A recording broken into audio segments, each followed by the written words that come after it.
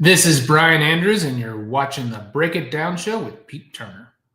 Yeah, man, this is fun. We've been doing these things for a number of years now, and I just looked on Amazon, already a bestseller. The book's been out 2 days.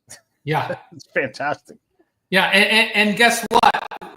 The fans beat the trolls, so we got. I think we got good reviews right out of the gate, which is always nice. Nice. Here's the book, everybody.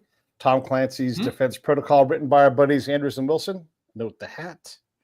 And the book is called Defense Protocol. It's a Jack Ryan novel. If you've read the Jack Ryan novel, any of them earlier, there's so many great ones, but Hunt for Red October. And you guys wrote a fantastic sequel to that story. Would you call that a sequel? Oh, for sure. I mean, our goal with that book was to do for Red October what Top Gun Maverick did for Top Gun. You know, we saw what a great job Skydance did in that movie, and we thought, oh, well, I mean, let's seize on this same opportunity and sort of take, because that was my first military thriller I think that I ever read was Hunt for Red October. Yeah. So it inspired naval service in me. It brought me into an entire universe, the submarine warfare community that I knew nothing about. I eventually became a submarine officer, doing the sort of stuff that was in that book. But it's 40 years ago, right? So that Red October came out.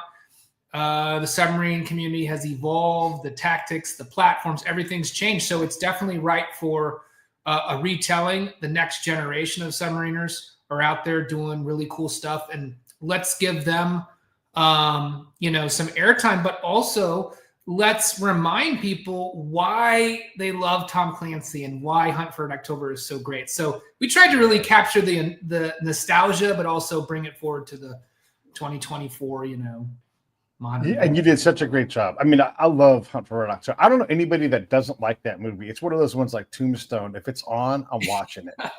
I love Grease. I love Tombstone. I love Hunt for Red October. It's a great thing. And you guys did so great with that story. Oh, thanks. And it was wonderful. Yeah.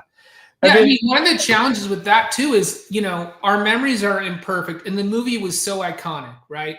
Yeah. McTiernan did such a great job with casting and everything. The writing was great. So you mix up, and even I do it. Like you misremember. You're like, well, was this in the book? Was this in the movie? So we went back, we read the book, we watched the movie, and we're like, oh shit, I think a lot of the stuff that people really remember was in the movie, and didn't happen in the book. Like in the book, Jack Ryan, he never went on the Dallas in the book.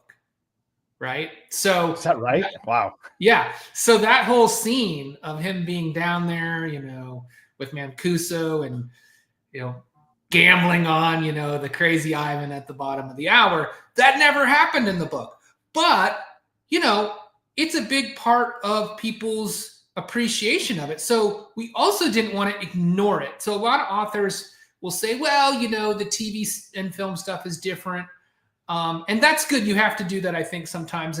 But we were like, oh, we can't pigeonhole ourselves. So what we decided to do was we kind of had some Easter eggs and some nods to both the movie and the book series.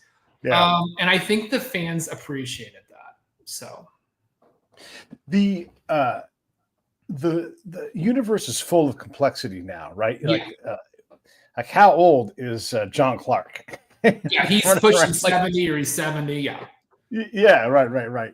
And then you have all these other characters and different storylines. And, I know you guys all try to pay attention to that. I've talked to some of the other authors, Cameron for one, who do this. And you guys are all aware of what each other is doing. But then you can branch out 2-3 layers out because it's not all Jack Ryan stories.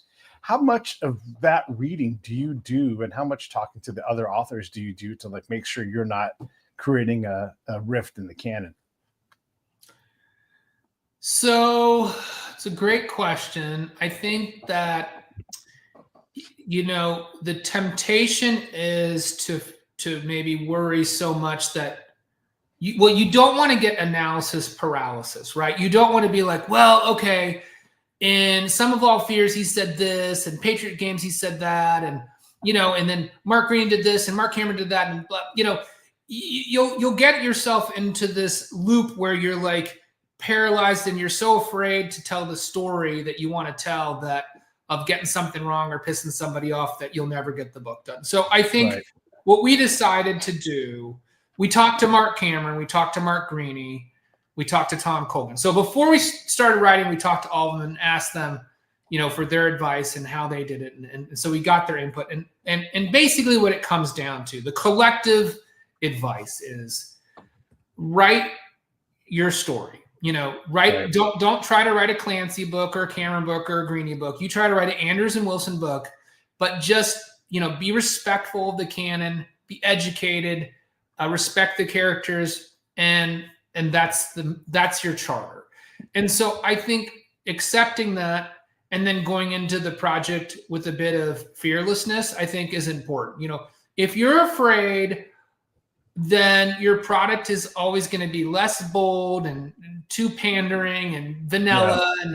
And so, I think you have to resist that temptation to say, let's tiptoe into this thriller. And that's not what a thriller is. A thriller is boom, we're going to hit you with the big hook, and characters are going to be bold, and they're going to say stuff, and they're going to do stuff that's maybe controversial or takes a lot of guts. And so I think as writers, we have to sort of embody that same ethos as we approach the project, or you're going to be like, well, that was a boring book, or they didn't take any chances, whatever. So, we honor the characters, we respect the characters, but be bold and try to tell a good damn story.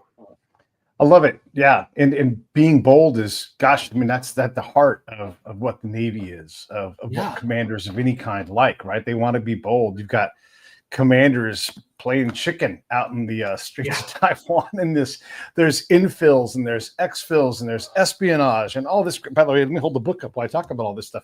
There's infills and exfills and all kinds of intrigue, presidents and presidents' daughters, and it's just great. And the book is called Defense Protocol, you guys, and it's fantastic. And it just came out this week. Look, I was a counterintelligence guy, so anytime you start doing tradecraft, I'm like, yes, let's get in there, Well, this one was right up your alley then. Oh my gosh, lots of it. And it's old school. You guys do a great job of putting a premise together that requires some, hey, you can't just rely on a telephone, right? In this universe that you guys have going on. It's great. When you look at the modern times, and I was just on a show talking, I was hyping you guys on Todd Showalter's show. And he's like, what are the cyber threats? And I'm like, you ought to be reading Defense Protocol because it's all in there, right? I walked into an airport, international. I think I was in Austria, and they're like, no ID necessary. And as I walk into the gangway, it was like, welcome, Mr. Turner, And I'm like, holy shit, I didn't register for that. I didn't like sit down and scan my face, but they sure as hell had it and knew who the hell I was. Yeah. I think it's reminiscent of Minority Report. Remember, it's like, personalized ads everywhere you go. Your face is, popping up and they're scanning you. And I think China is the ultimate surveillance state now. We used to think that, London with all the CCTV cameras was the ultimate sort of, how do you navigate this type of place if you're a spy? But I think China now has eclipsed it because in addition to all the cameras, they also have sort of implemented this idea that the state is in everybody's business, everybody's cab, they have a social media or a social ranking for people, right? Everybody's incentivized to sort of be plugged into the system. So how do you navigate that? And that was the challenge of writing The Spider is, how did she survive the dragnet, the roundup? And then how do you continue to provide benefit? How would you operate in a place like Beijing? And I think the answer is you have to be so good that you are not flagging any of these algorithms at any time. Yeah. Because once you're flagged, you can't run away. Right. And we talk about heat stakes, like how hot am I in this area? And one of the things I'll say is like, sure, I'm carrying a weapon when I'm on a combat patrol, but if I start pulling out a weapon and shooting it during that patrol, I no longer can say I'm with these guys, not these guys. Yeah. And so to be able to operate, you have to forego a lot of the comforts that you might want to have if you can just use and there's nothing wrong with using a hammer. I'm all about using a hammer, but for me, I can't use a hammer. I've got to use a planer. I've got to use a back rubber. I've got to use some chalk lines. Yeah. I don't get to lean on those things. And you guys did a great job of taking the operators out of their normal comfort zone. You know, you're relying, and this is like the old school way, you're relying on, we all know the plan. We'll all meet here at this spot in about 2 hours, 2 to 4 hours. And if not, then we do other things to communicate. Yeah. Yeah. And, you know, one of the things that we try to do with our characters too is, you know, especially with like Katie Ryan, you know, she shows up in Taiwan and she's like, I don't really understand. You know, her boss gave her orders to like send her on the plane, and she's like, gets there and she's like, hold on a second. Like, what is my job? Like, what are we supposed to be doing here? You know, and that's some, you know, that's a question that in real life, real life analysts and sailors and operators, they don't always know. You know, you're not always read in on everything. You're not sure, and it's okay to actually have a character voice that. We did that on purpose, so it didn't look like she's like, well, I know everything and I know everything that's going on and I can predict everything with perfect accuracy. Not at all. She actually has to pull aside, you know, one of her teammates and be like, you gotta help me. Like, I'm not quite sure like what my role is, what your role is, what that person's role is, and what is our objective here, you know? And I felt like that adds a level of authenticity. Man, oh man, it sure does. Because, you know, whenever I join into a unit, I don't belong to them. But I'm desperate to help them, right?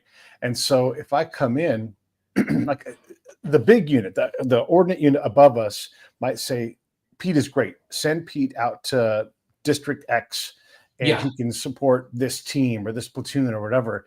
And I'm like, yeah, but am I invited by those guys? That doesn't matter. The commander's sending you out there. And I'm like, no, I know it doesn't matter until I get there.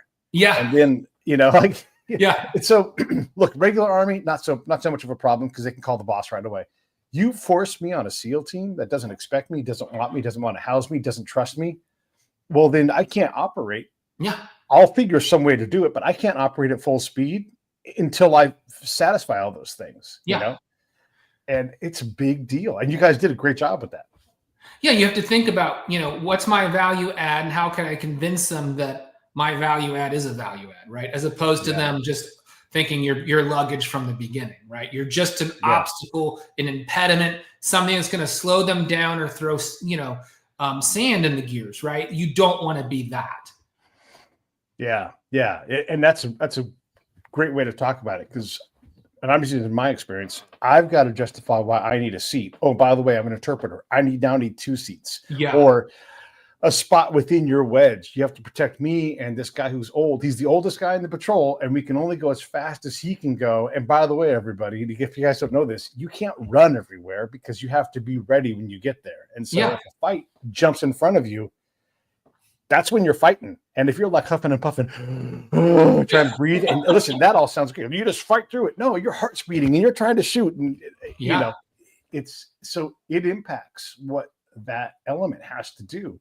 And it really, we have to talk about like the weakest link. It's not the weakest link. It's how fast, what is the fastest your unit can go and maintain readiness. Yeah. And you have this valuable asset. He's 45 years old. He speaks Dari and he understands the culture better than everybody in this patrol. You cannot replace him. Right. And so we go as fast as he can go. Yeah. And that's a big ask for a young 20-something, you know, commander, captain, platoon leader, lieutenant. You know, it's a lot. Yeah. Yeah. And then there's this element of trust and you know, the fact that there have to be handoffs and there's continuity issues, you know, with you know, with the character, the spider, she trusts Larry Sexton. That was the guy that she started her career with. It's a bond with him. You know, I trust him. Like I don't trust his boss and so, you know, for the next guy to come in, he has to understand, first of all, like, well, you know, you got if Larry is no longer in the picture, okay, then he has a really tough job because he's got to get her to trust him and also understand, you know, how to get her to trust him, right? So he's got to trust her, she's got to trust him, and then they got to figure out how to work together. And so you know, that's real life too. So we tried to put that little element in there as well. And again, authentically, you know, when I leave an area, I'm going to do my best to hand off my person to the next person. I cannot hand off trust. I can hand off a little bit. It's very perishable. So I can say, you can count on this person I've never met in my entire life, you know? Yeah. And so I don't even know if I can trust them to do it my way, because how I craft that relationship is unique to me, and it's not doctrinal, right? Yes. I like that. I like the way you put that. Right. Trust is not doctrinal, is it? Right, exactly. And the doctrine isn't even very robust. And so we should all know that and just slow down. And look, what should happen in the real world, and it doesn't, and it certainly doesn't happen in your guys' fast moving world, is how do I maintain, although it kind of does, how do I maintain comms with the person that had this great relationship so that I can continue to, create trust with this person? And also this person is both the source and the handler. Yeah. And because there's two different ways of doing trust there. Yeah. So it is a very hard thing. When I've received handoffs, almost exclusively, they've never worked, and it's, I don't know. I wanted to change this up just a little bit, because we're talking so much about operations, and I don't want to just talk about the spy stuff. I want to talk about like the nitty gritty thing. I got a buddy of mine who's going to come in.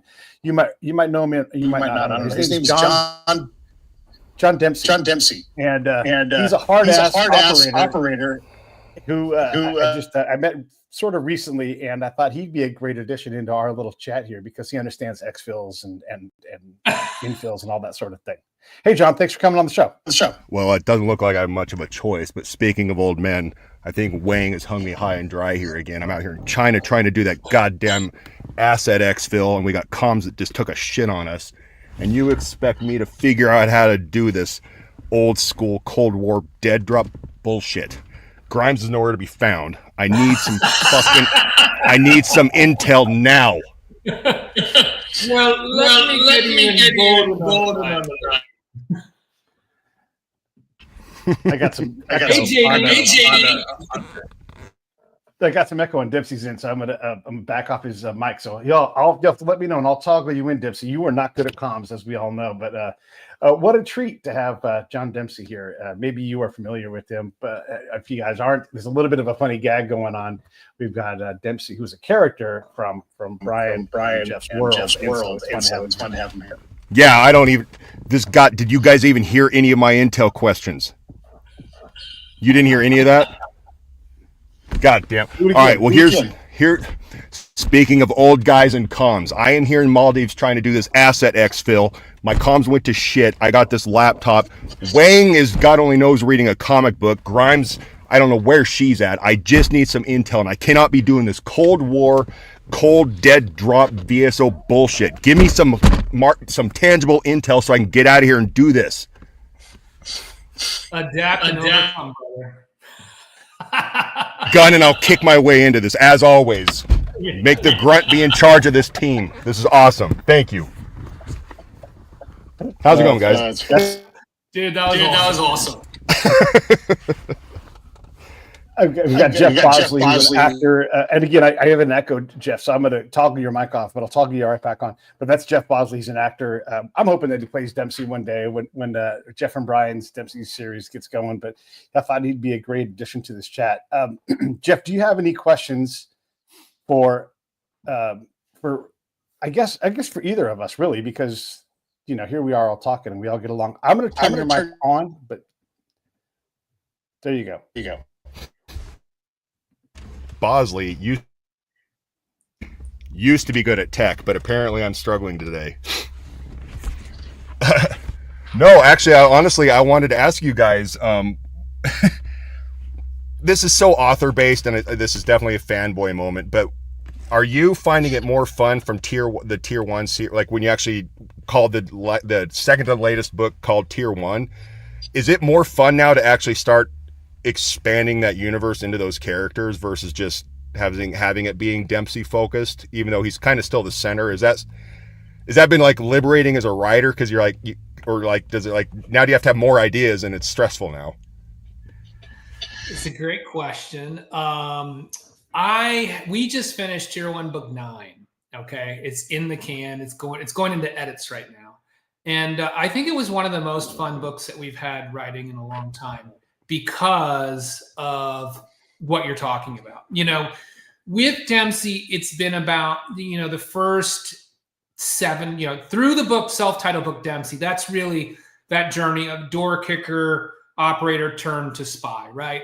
And all the things that it does emotionally to him and all the sacrifices he had to make, him walking away from his family to protect them and having to find a new family in Ember.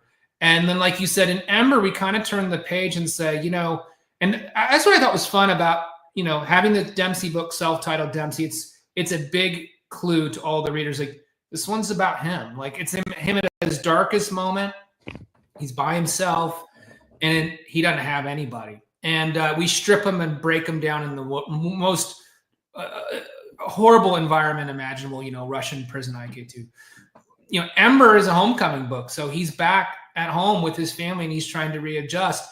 And that's sort of the launching pad for like his second act. Or in his case, I guess it would really be his third act, because act 1 was with the JSOC. Act 2 is, him becoming the SAD leader at Ember. And then act 3 is sort of like, well, what happens when maybe it's time for Ember to move on with him in a new way, or is it time for him to move on? So you saw, the astute readers will notice that there's like we throw these little like test balloons in that are sort of like, like those those little brain bubbles that go up and you see in comics and they disappear. It's like he's thinking about, what happens to Ember if I'm not here? Or if I retire, what does that look like? Or who replaces me? And at the same time, we reintroduced Jake.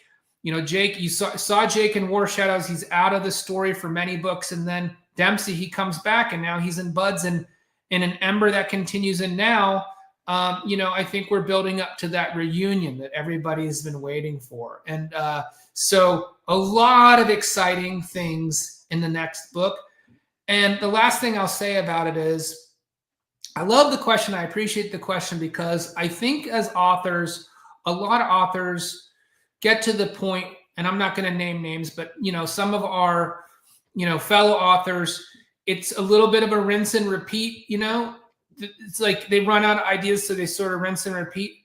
And the way that we keep that from happening to us, I think, is we think about our characters like we do in our own lives, which is like, okay, well, just because I had, this birthday, or I'm no longer, I had to change jobs from this to this, it doesn't mean my life ends, right? So now you've got new emotional challenges, new physical challenge, new relationship challenges, and that's what life is all about. And so that's what keeps happening to Dempsey. And I don't really see, at some point, he either dies or he retires, but until that happens, his life still matters to him, and he's got to live his life and do his job. And so there'll always be fresh material for that.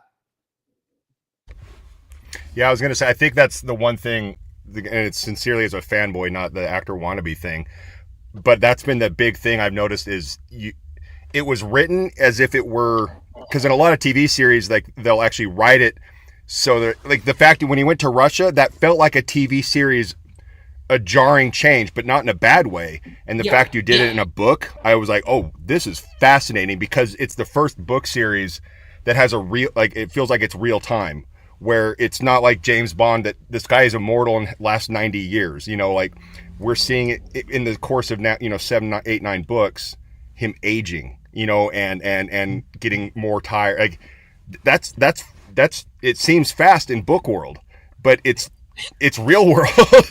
And so as a fan, I'm liking that, but at the same time, I'm like, oh no, it's like I feel like it's in Dempsey years versus dog years. Like, I'm like, no, we can't have him go, because I know what happens where he's at. Like, I know what old and broken, where that's going. Don't take him away.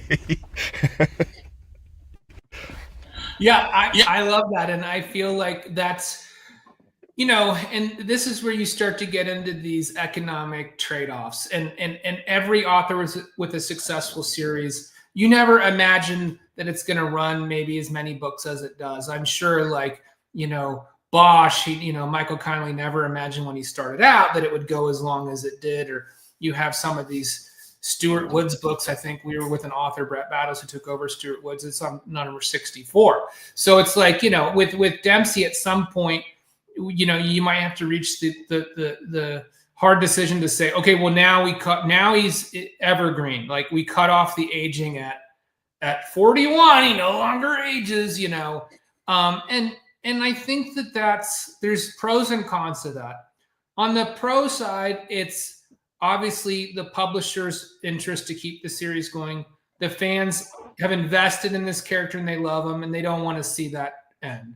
And obviously there's a financial component too. If that's your bread and butter series, well, if I stop writing it, I don't have a paycheck. The con is, you're sort of doing the opposite of what I just talked about. You're freezing his ability to go through life stages and aging. And so, it becomes a little artificial at that point. So one of the ways that we have, and you might have noticed this, one of the ways that we've tried to address this and have our cake and eat it too, is that we've compressed the time between each book. So, the next book that comes out is only 2 months after Ember, right? So we're going to start, it's only going to be a couple months. Instead of 6 months or a year between books, it'll be 2 to 3 months between books so that we get to really enjoy that time of Jake going through Buds and SQT and Reunion and his young SEAL experience and Dempsey still operating. That's how we're going to handle it. I actually did notice. All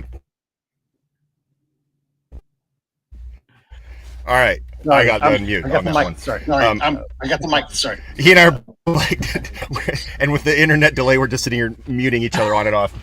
I did actually notice that, and I was thinking to myself, thank God, because again, as a fan, I was like, I can see, because I hate that stuff where it almost feels like the author goes, we ran out of ideas, so we better just fast forward for a year and a half. And it's kind of, it feels like a shitty cop out. So yeah, shortening that timeline allows you to really, in a good way, drag this on. I mean that in a good way. But then as the aging actor who's in the real world, I'm like, you need to slow Dempsey down, damn it. Like, I'm now in Jarvis age. I'm gonna have to start fighting for Jarvis. I'm aging in real time. This fictional character is like in this freeze frame, the Fountain, the youth guy. So it's a conundrum every time I read him, because I'm like, yes, no, worst enemy inside my head. At the speed of Hollywood, we're all going to be in a nursing home by the time this series comes out. So just, Jeff, my recommendation to you is keep exercising, eat your vegetables, and, Botox. Botox can do wonders. Got the hair transplant. The minute I got to Dempsey in prison with a ponytail, I was like, oh my God, man, stop it. I don't have luxurious locks. I'm going to be like Steven Seagal, fat, acting in a chair if we don't hurry this up. Jeff has got. I gotta go. I do. Brian, it was awesome to see you. Thanks for letting me play and mess with your day a little bit. Pete, as always, I appreciate it. It was awesome. Highlighted my day. Oh, good. I'll go work out and be a little bit more self-conscious. Hollywood hasn't done it enough. Eat some greens. Take care, brothers. Bye. All right. That was a lot of fun. Dude. I love that. Yeah. And it's good to have a little bit of fun. I mean, it's incredible to have someone so passionate about your character, and you can't pick a better guy than Jeff to play. Oh, he'd be amazing. He'd be an amazing Dempsey. Yeah, and to have that control. Oh yeah, no, right. Yeah, we're not actually, just for everybody watching, we're not actually politic. Jeff wants to, he's a legitimate actor, but it's cool to be able to bring someone in who, for a few minutes, plays that character for you. Totally. And you guys created that. That's amazing. Yeah, and it's amazing too. Sometimes we'll get emails from people and they'll say things like, I really miss Dempsey. I need to know what's happening with him and the family, or him and Ember. When's the next book come out? That's different than saying, hey, I'm excited to hear the next story. Like, when does the next book come out? It's, I miss this person. They feel like a real person to me. I've invested in them, emotionally. That's pretty cool, right? I mean, yeah, it is cool. I want to go. I do want to talk about the current book. I'm gonna hold it up again. Yeah. You guys always know what I say. I'm gonna put the link up here for it so you can buy it. And there it is, right there. There it goes. This is called Defense Protocol. It's a Tom Clancy novel written by Anderson Wilson and you should get it. And I always say, buy 2. It's Christmas season. Hell, buy 3. These are great gifts. Anybody who loves military thrillers, anybody who loves Tom Clancy, anybody who loves Anderson Wilson, this is a great book. I've definitely enjoyed reading it.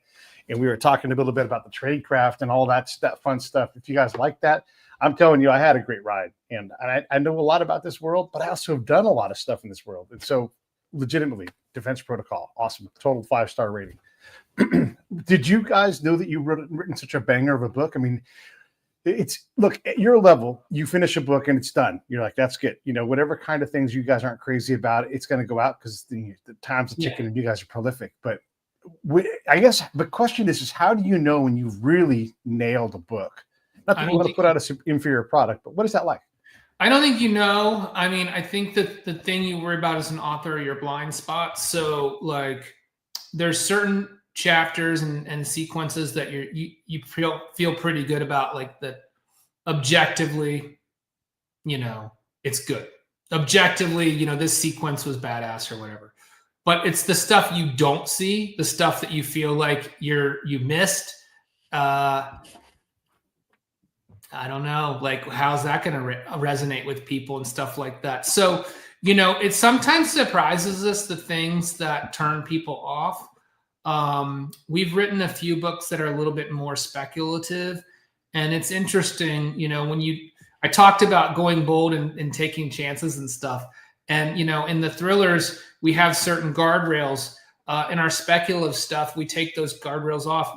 And some of the chances we take, people don't like them. You know, they just don't like them. And for one reason or another, that we always get surprised by that. So, you know, Katie Ryan was a big risk. You know, it's a male-dominated genre, a lot of male readership. Are they going to embrace, you know, Katie Ryan, or is it going to seem like Anderson Wilson went woke?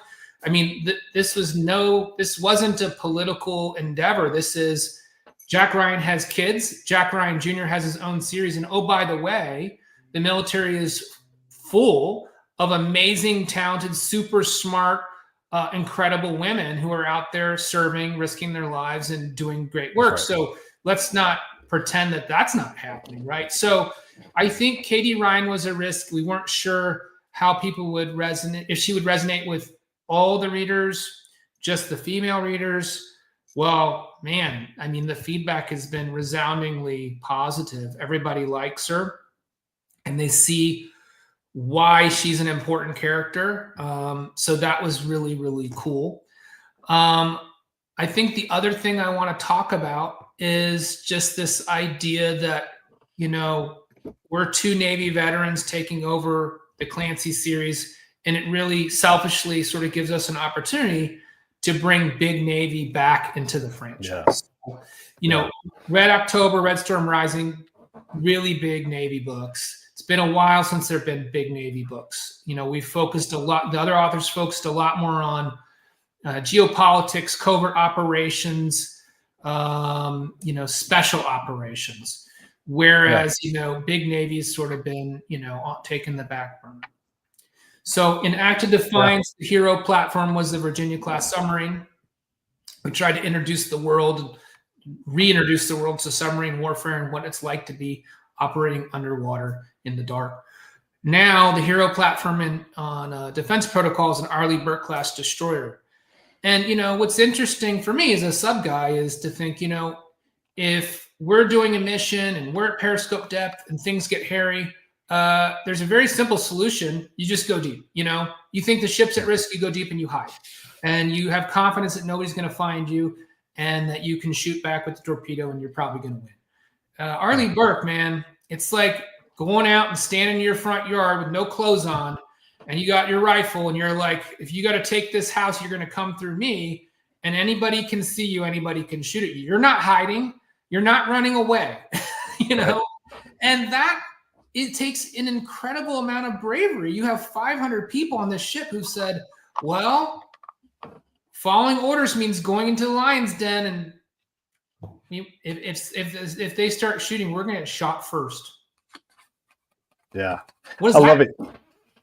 It's, you know, bringing the Navy in is great because there are a lot of these no shit there I was stories and we get these things from that and they're wonderful. But I do love how you build it up And look, I've read a lot of Tom Clancy over the years, and so you get a sense for what the next chapter might be. Although sometimes you're like, and then off in the ocean is a redwood tree, and you're like, oh damn, now what's wrinkled? But in the case of this chicken that I was talking about, that the Americans and the Chinese are going into, and I'm not spoiling the book for anybody here, but you guys do a great job of building that up. Before you even do that, though, the ship at the USS Jason Dunham. And I know that story. I've had that guy's commander. I've had the guy who is doing the documentary called The Gift on my show. And when you understand what Dunham's story is, this is not like Vincennes was a person, Arleigh Burke was a person, and they're kind of lost in the fog of time. But Jason Dunham was a kid, and he jumped on a grenade, and they almost didn't want to give him a Medal of Honor for that, And so you guys do a great thing in allowing him to be alive before he becomes a Vincennes or an Arleigh Burke, and you're like, who's that? Who's Nathan Hale? I don't know. It's just some dude, right? And that class of ship or that ship name, it really means something because his family is still around and they can read that. And I just wanted to tip my cap to you guys because I was so glad you didn't have to do that and break into the story. And you guys don't get out of the story, but you add that piece in. And it came in at a perfect time. And because I'm so familiar with the story, I'm like, how coincidental that these guys are going to do this thing. And it's very much what Jason did. And I just thought it was great. So thanks for doing that. Oh, thanks. Yeah, no, so Alton Dunham, who's Jason's cousin, is a friend of ours. And he's been very instrumental in, just providing us coordinating access to subject matter experts in the Navy. I mean, he works in the Navy, and Alton has just been a champion of ours since day one. Before we'd even written the first word of Act of Defiance, he's like, "What can I do to help? How can the Navy support you guys?" And so, we were talking about it, and it just sort of came up that Jason was his cousin, and we said, "Oh well, here's what we're doing in the next book." And it just seemed like such a great way to honor, Jason and like you said, a story of heroism. And then you look at, that scene you referenced is a good one because we're looking at the ship's motto, and you think about, we interfaced with the USS Porter. And Mitch Harillo has a big cameo in the book. Mitch was a CSO on the Porter, but he's the guy who was assigned to us as our subject matter expert. But, we didn't talk to the CO of the Dunham, but we had to imagine what it would be like. Okay, you're inheriting the legacy of the ship's name and Jason himself. And that has to mean something when you check in as a member of the crew. What is your lodestar?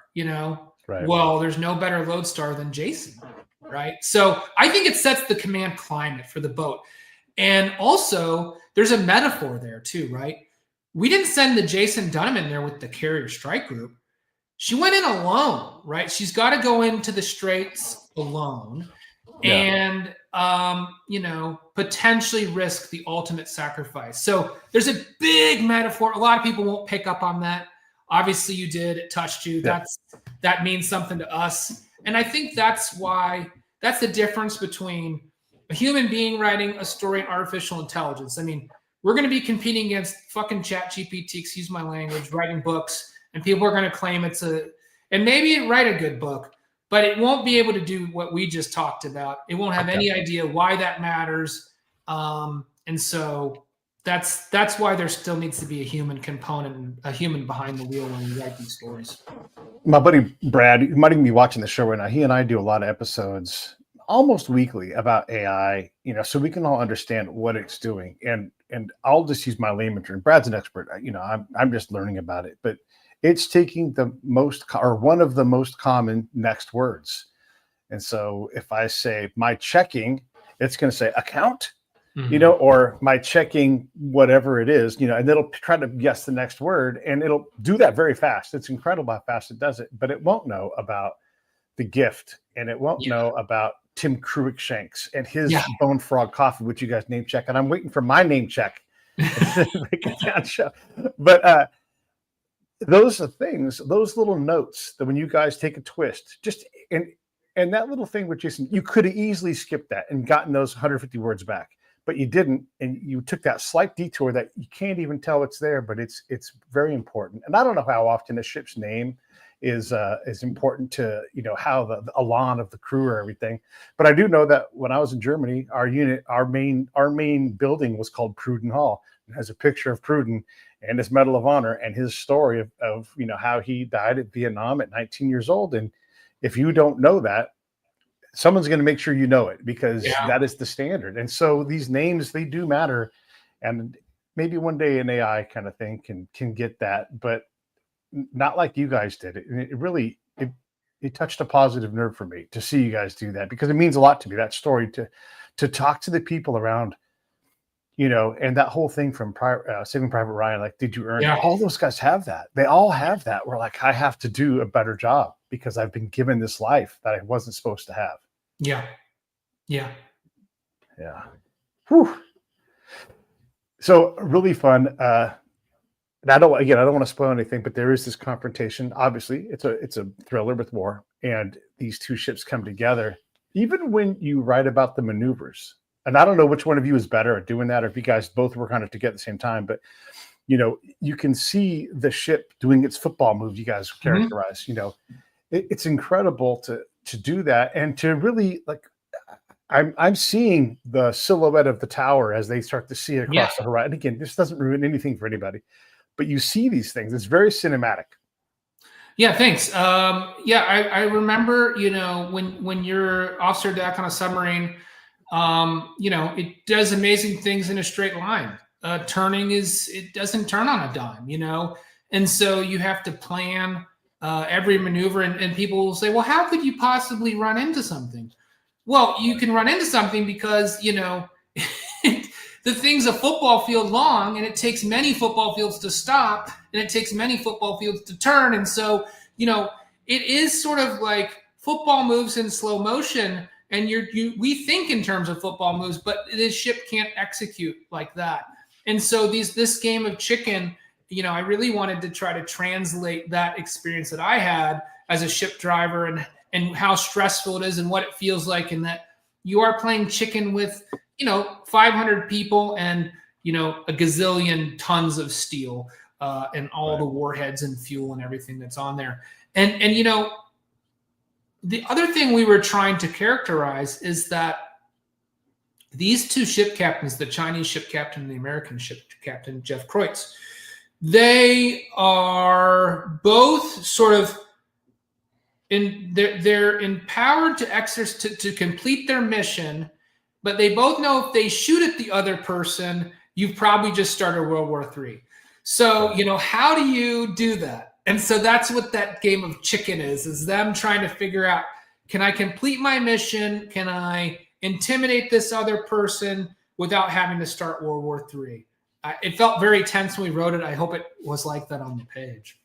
No, it for sure came across, and it brought me back to Hunt for Red October, where the two captains are tete-a-tete, and they're wanting to leave off ramps, but having to escalate, you know, and you guys do a great job of that. And I'm thinking about, there's a confrontation on one of the ships where there's an argument about, you know, what was supposed to have just happened. Yes. And, you know, it's powerful. And again, I'm shielding some of the story because I want you guys all to enjoy it. It's so good. So let's get away from the ships, because I don't want to get any further into that. That let's get back into the intel stuff. I love it. And I've talked to you guys about this before, but I'm not a big fan when and this is not you guys, but in general, when like the intel dude is a nerd who works on a computer and that's it. Like I'm a pretty tough guy. Back in my old days, I could throw a football. You know, I can run with everybody, but I'm an intel dude. You know, and I can shoot all these things, right? And I rarely see a character like that. I know a lot of dudes like me who are like, yeah, I went the intel route because I don't mind writing the reports, and that makes you hugely valuable to a team. You guys do a great job of spreading, not just stereotyping. Sometimes stereotypes are important because they tell part of that story, right? But you guys do a good job of spreading this skill around, and don't just make. Look, I'll be a little bit hard on the Jack Ryan Jr. character. He's a little bit too perfect, you know, languages and karate chops and, you know, outwitting people. I would like that spread around a little bit so there's a little more vulnerability, and it's tough to do in a series because you need your hero to be the hero, but you guys do a good job of mixing that stuff. Is that making sense what I'm saying, or might as well? Yeah, and I think the other thing that's part of that is that and this, like the Intel community is not recruiting just analysts and quote nerds, right? So like right. What you see is a migration of people who have experience operating, have field experience, moving into logistics planning and analysis, operations officers who have in the past actually been there, done that, right? So they bring a level of field expertise that's really important when you're planning these types of ops. And so what we tried to show in Defense Protocol is you have this sort of blended team with Katie and Kanza. Now, Kanza was a SEAL. Now he's at ONI, right? And that's not unrealistic. Jeff Trussler, a friend of ours, he was he's the outgoing director of naval intelligence. He was a submarine warfare officer, just like me, right? So yeah. They want warfare trained officers in the intelligence community, because what is the purpose of intelligence? The purpose of intelligence is to inform and allow operations to be conducted successfully, right? So right. That's the goal. Get people who have lots of experience and expertise in the discussion. Maybe they're not the sharpest guy. Maybe they don't have a 1600 SAT.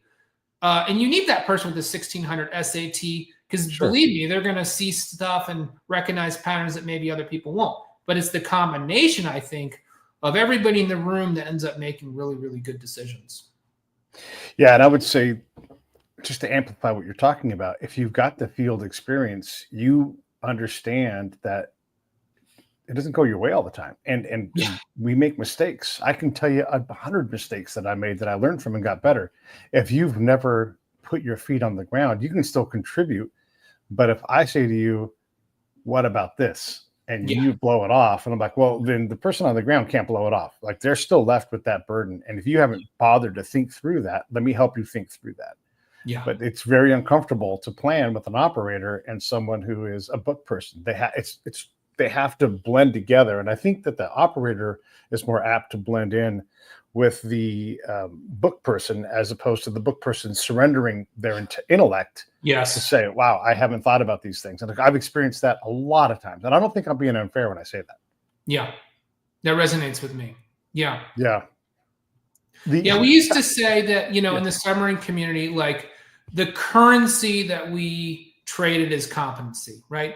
The currency of being a good officer was competency. Right. And so I noticed that no one ever wanted to look stupid, right? Because if you looked stupid, it meant you're not a good officer, you're not a good submarine, right?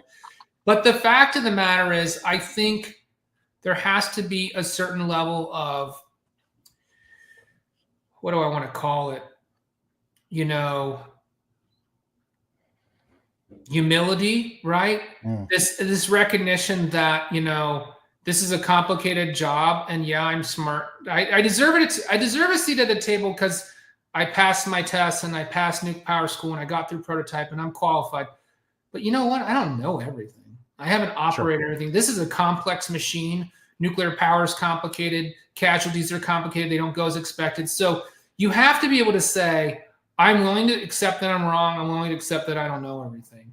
And you'll be a much better shipmate if you can do that. And some guys just never could do that. They didn't want. They had to be the smartest.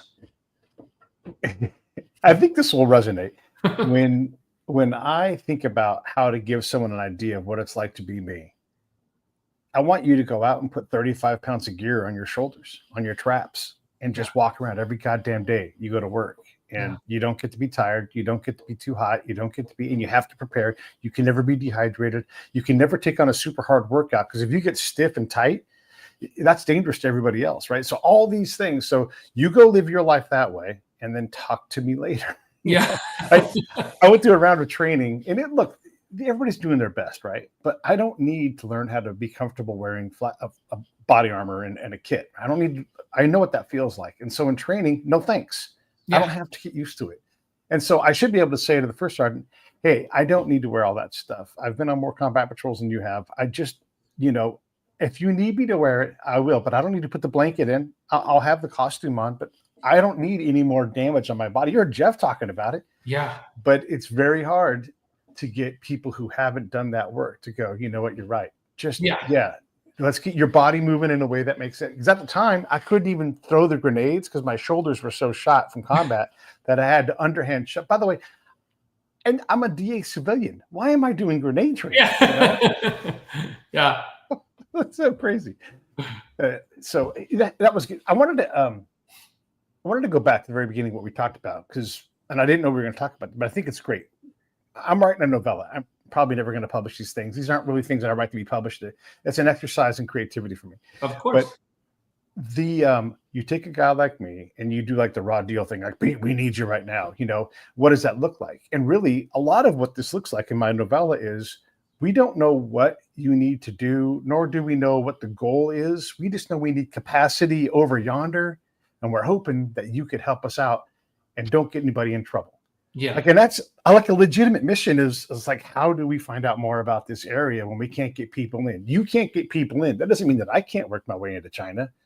And it doesn't mean that I'm trying to do anything illegal either, right? So how do you develop an asset in a place of China that's very cloistered or in the Arab world where it's very, very, very obvious when you're not from that world? Correct. And those kind of stories are really fun to think about because the path you have to take has to be their path. It can't be the American path. And if you know how to do that, then you can become normal as an abnormal person in that environment and operate. And the spider, one of your guys' main characters, sort of does that within her own world. But to think about that, the unknown and the unknown of the unknown, and then trying to be helpful at the instant they need you to be helpful, requires constant stacking of exercise and context and all these other things you have to just do in the blind and just go, I know generally if I go in this direction here, I may never be helpful, but I will always be ready.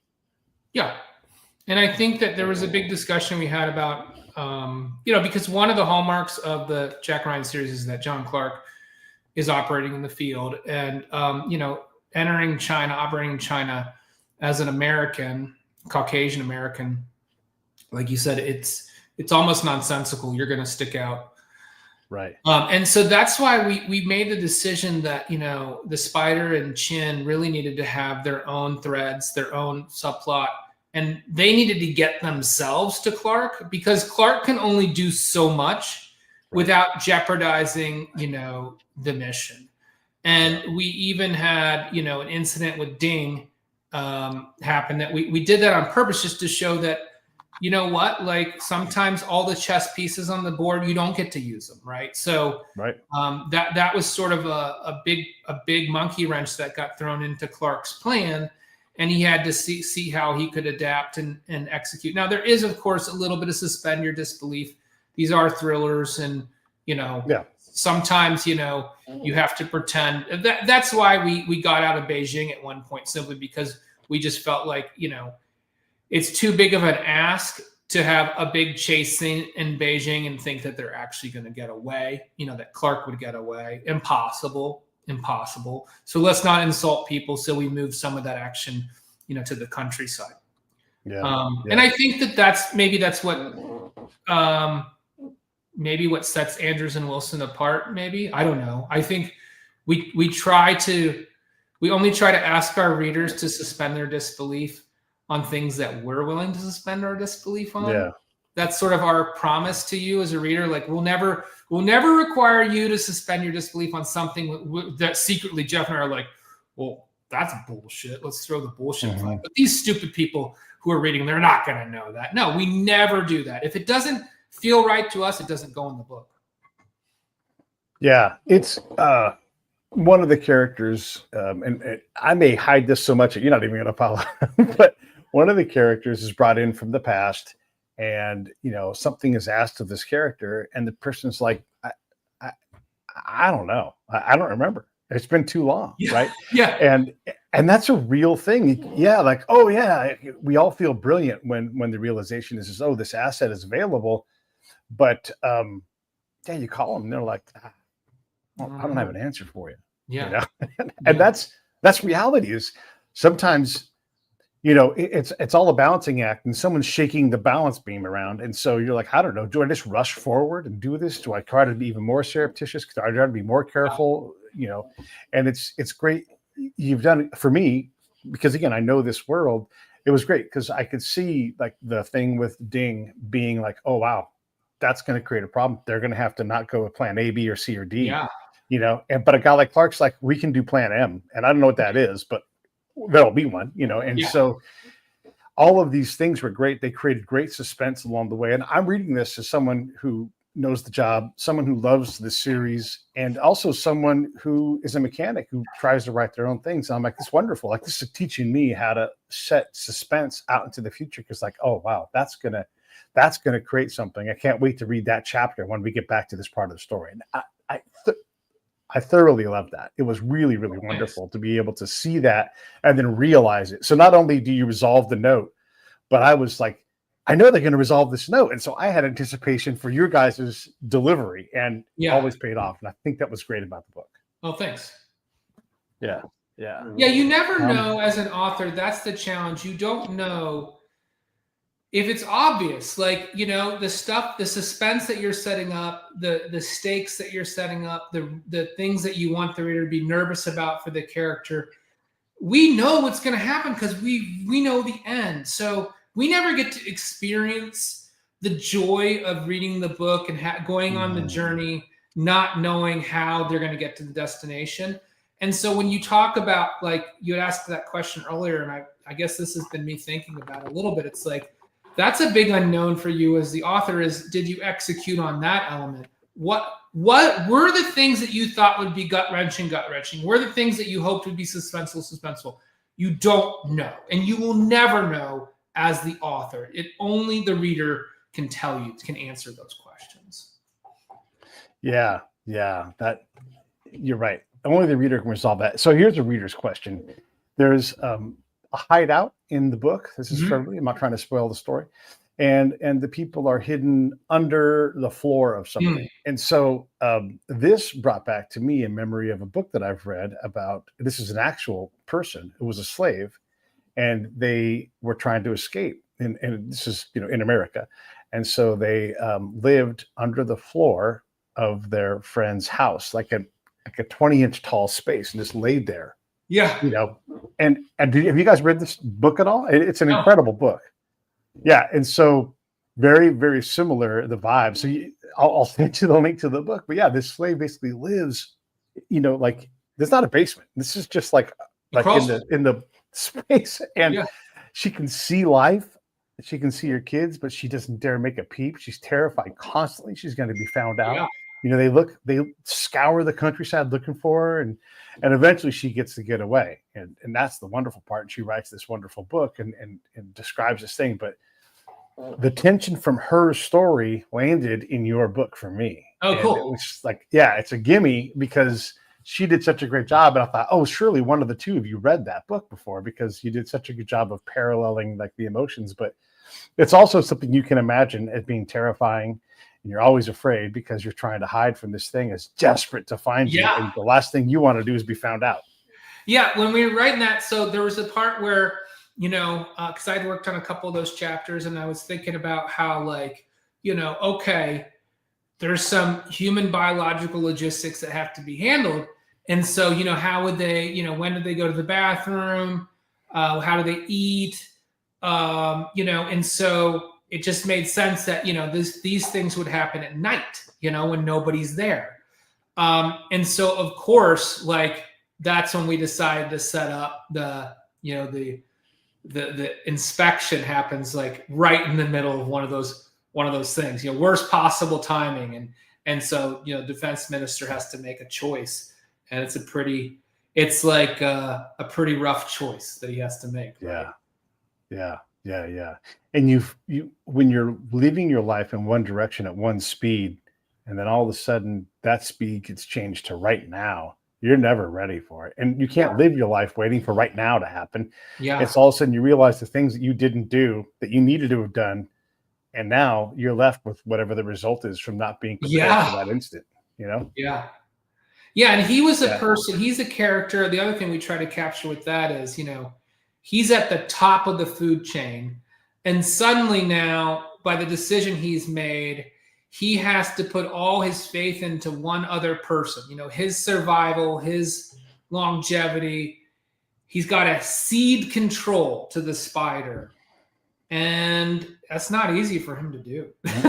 And I think that's realistic, right? No, it is. Yeah.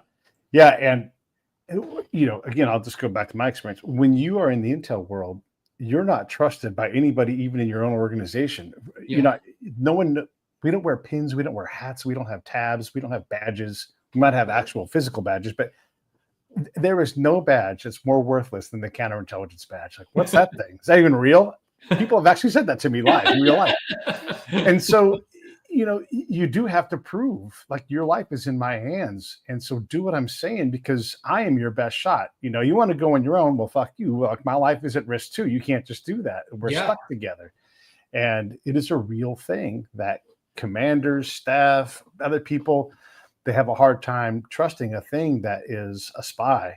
And now you got to think about, and we really have to do our job in the real world. Yeah. You've got problems with your peers, and then you have to actually go out and do your job. And so, again, you guys captured that well too, because it is not easy to do what someone says. And there is just, I mean, that's why we have bona fides, right? Yeah. Because we have a relationship, but that's based on something that's happened in the past. Yeah. But, you know, that's, yeah, it's crazy. So I don't want to take too much more of your time. We've been about an hour, and you were a super good sport with the whole thing with Jeff coming on. But is there anything else you want to talk about with the book? I think it's wonderful. Everybody should get it. There's the link. What else do you want to do? Yeah, I mean, I think the only other thing to mention is that, well, two things. One, we just want to thank the U.S. Navy for supporting us on this adventure. We want to thank the crew of the USS Porter, who, you know, helped us by serving as subject matter experts and teaching us about what it's like to be a surface warfare officer, and serving on Arleigh Burke, and the challenges and dangers and complexities that go along with being on that platform. And then I guess just bring your listeners that happen to be readers of our stuff up to speed. It's been a busy couple years for us, and thank you for your patience. We're writing 4 series, and we love all of them, but, you know, there's only 2 of us, and we have, you know, a series, you know, there's no parallel production. Everything's sort of going one after another. So for those of you who've been patiently waiting, here's what's coming up. Here's the good news. After a little bit of a delay, book 4 of the Shepherd series, Dark Rising, is coming out in April. So that's pretty exciting. It's been a little while since we've seen Jed and Joshua Bravo and Sarah Beth. So we're back to that story. A lot of people have asked us, are you going to write any more Shepherds? And yes. So book 4 comes out in April. July, Sons of Valor 4 comes out. A lot of people thought that series was done after Sons of Valor 3. They thought it was just a 3-book series.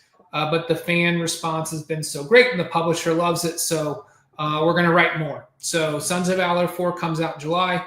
The next Dempsey book, I think, is coming out in October-ish. So that'll be Tier 1 Book 9. Don't have a title for that yet. And then the next Clancy comes out about the same time next year, 2025, first week of December. It's also untitled, but we're working on that. So we got great stuff in the pipeline for everybody. I love it. I love it. By the way, the author of the book I'm thinking of is Harriet Ann Jacobs, and everybody should read that book. And cool. It's wonderful. I'll send you the link in text. Yeah, but everybody else, thank you all so much. Go to andrewsandwilson.com. You'll find these guys. You know, just type in Andrews and Wilson. Shoot, they'll come up and get everything that they write, because it's all wonderful, and you're going to have a great time with it. All right, let me roll the credits here, and I'll be right back to you. All right. Hey, thanks for watching the show. I really appreciate it. Right here, you can subscribe. Please do that. It makes the show grow. Hit that notification bell so you know which incredible guest is coming up next.